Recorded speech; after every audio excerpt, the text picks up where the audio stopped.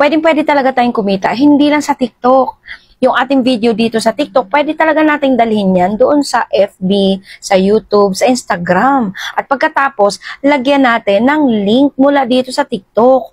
Yung link ng video mo dito na mayroong products, pwede mong dalhin sa FB, pwede mong dalhin sa YouTube, pwede mong dalhin sa Instagram. So ngayon guys, noon pa naman ako ganito guys, oo.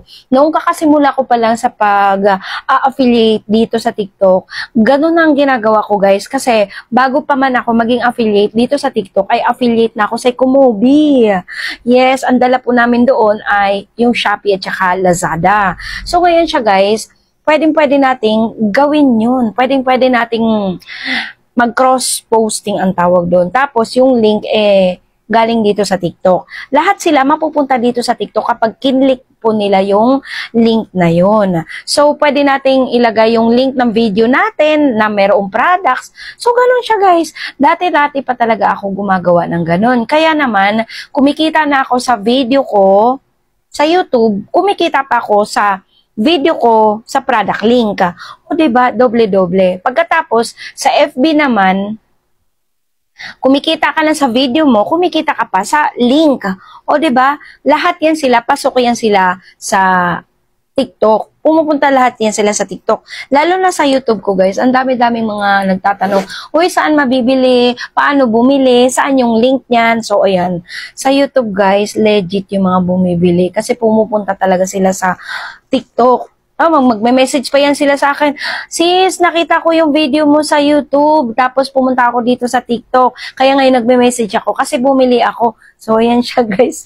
Nakakatuwa kasi pwedeng-pwede na talaga. Basta ang kailangan lang natin gumawa tayo ng natural at legit na video. Kasi ako guys, lahat ng mga sinishare ko talaga dito sa TikTok, sinusubukan ko munang gamitin yon. At kapag naging okay sa balat ko, lalo na ako sensitive yung balat ko. Kapag naging okay sa akin, saka ko naman yan isi-share sa YouTube, saka ko isi-share dito sa TikTok. So, ayun siya guys.